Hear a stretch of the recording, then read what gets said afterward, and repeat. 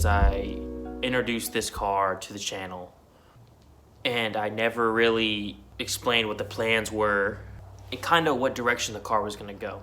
If you follow me on Instagram, you understand that I bought it as a daily driver. I bought it about 6 months ago, and the goal was to have a fun daily driver and it was a little more enjoyable, that I would like a little more. I really wanted to keep it stock. Most of you guys follow this channel for the project that's sitting right here, which is the full carbon fiber 2JZ swapped RX-8. I didn't need two projects. I didn't need the RS and the RX-8. So let me catch you up on this car. When I bought this car a couple months ago, it came with a intake system from Mount Toon. That included a Mount Toon intercooler, Mount Toon intercooler piping, a bypass valve by Mount Toon, a Cobb access port, and the cold air intake Mount Toon. Immediately when I got the car, I was very happy with it, but it still kind of felt, you know, sometimes I get beat by like the car I shouldn't get beat by, and I don't know, you know how it goes. You get a car and you want it to be the fastest you can immediately, and don't go down the slippery slope. And I went ahead and bought a downpipe for the car, a catless downpipe. Installed that, and what that did is it allowed me to get a little more boost, and that was kind of like a big power upgrade mod. And I'm sorry if I'm shivering or sound a little weird. It's 42 degrees out here in Florida, and we're outside. After I got the catless downpipe, I was looking for a little more power, and I went ahead and bought a XDI high pressure fuel pump. That let me run full E instead of E30. E30 makes let me run full E when I'm on methanol. And that was the next upgrade. A 4-port methanol system with an AEM controller. So, as you can see, there was a very slippery slope. It went from really just an intake RS to basically everything you can do except for touching the turbo. Why is the car sitting in pieces like this? So, there's two things in mind that could have caused this problem. Right now, the car, it runs fine, it revs fine, but it obviously has an audible rod knock. Whether it's in the head or it's in the bottom end, we don't know until we take apart the engine. But there's an audible knocking going on. I did a compression test on the car, and I got 130, 128, 130, and then the last cylinder, on cylinder 4, it was like 90. Whether the compression loss was from previous owner or caused in this incident, we'll never know. But that's where we sit now, 130, 130, 130, 90. The oil smells very much like ethanol. It smells very strong. So obviously the oil was diluted by ethanol. Which leads me to the two things. One, I had not changed the oil.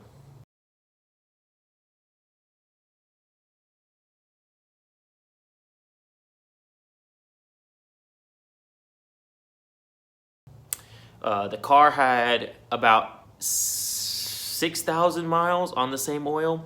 My plan was to come back and gap the spark plugs correctly and change the oil. And it didn't make it. So, do I think 6,000 miles is too much on E? Yes. The car was not on full E for all 6,000 of those miles. The car was on full E when about 4,000 miles into that.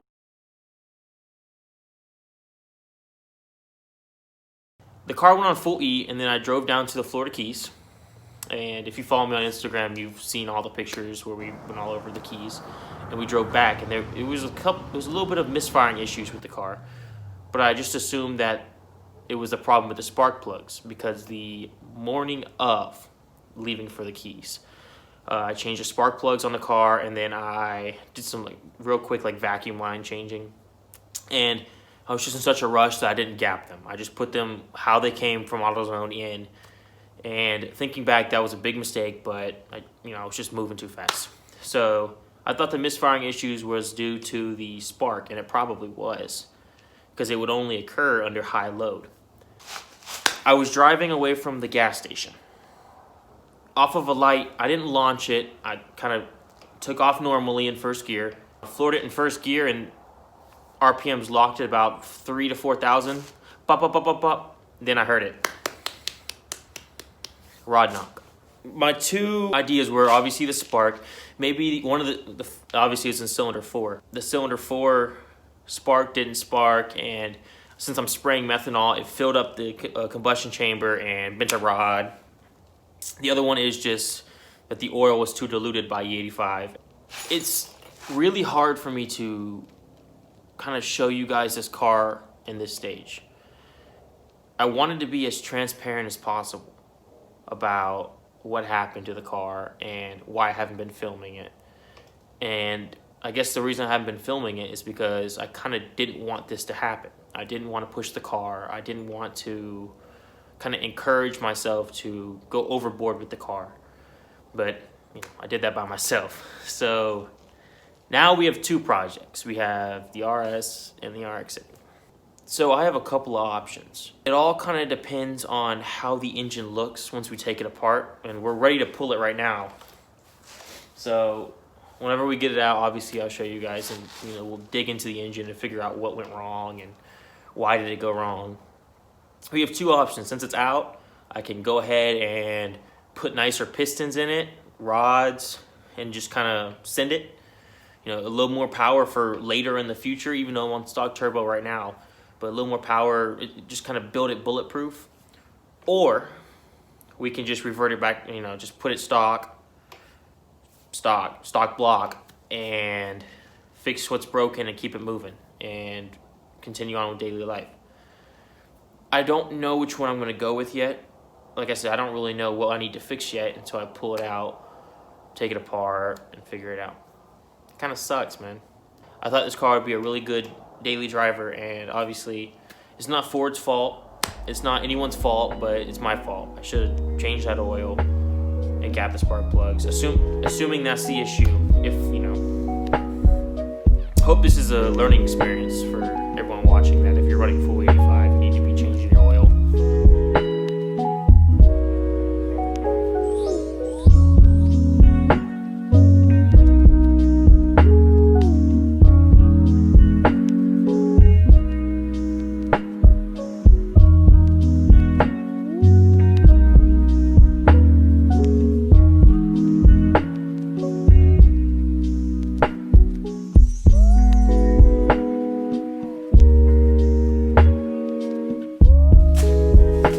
Also, I want to take a moment to catch you guys up on the shop. And look, got this wall up. We're going to be working on putting my man door here, so don't worry. From right here over, will still need to be worked on. We're starting to get all the framing is done on this wall. We're starting to get the actual OBS plywood up. We have the back bathroom made, which you guys saw in the last video. And we're just kind of working. It's going good. But the reason I'm stopped, the reason I'm frustrated, the reason I'm no longer like this car is this ball joint right here. I cannot get this thing to slip off of that. You can see all the liquid. I sprayed a whole bunch of WD-40. I've bent pry bars. I even broke that pipe. I've used this big pry bar. I can't figure it out. I bought like 3 of these things from AutoZone. These little ball joint pullers. Had to modify it. Still can't get this freaking thing to come off. So I'm about to just say screw it, remove the bolts and the lower control arm and drop it down. And the reason I'm trying to take this out is so that I can pull the whole spindle forward and pull the axle out, so that I can pull the engine and the transmission at the same time. And you guys can see, obviously I have the condenser all tightened up right here with a bungee cord. It is because the refrigerant that goes in this compressor is very expensive from Ford. It's like $500 something to get this entire thing filled up.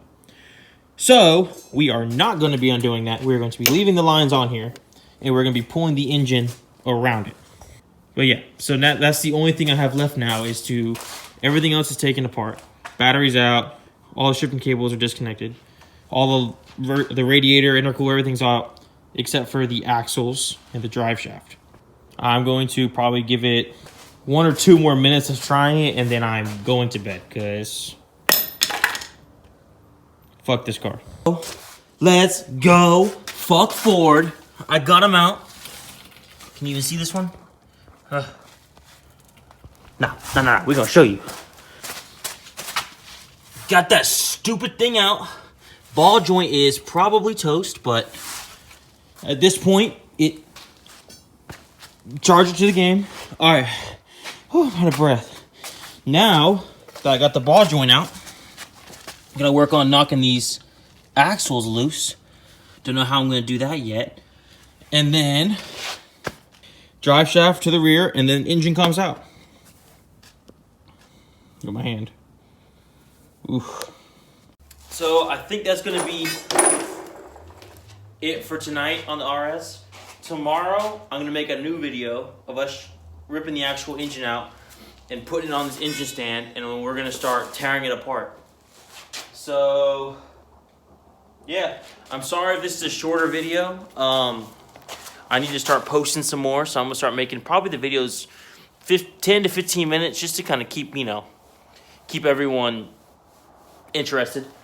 More work on the shop coming tomorrow. More work on the RS coming tomorrow. That's it.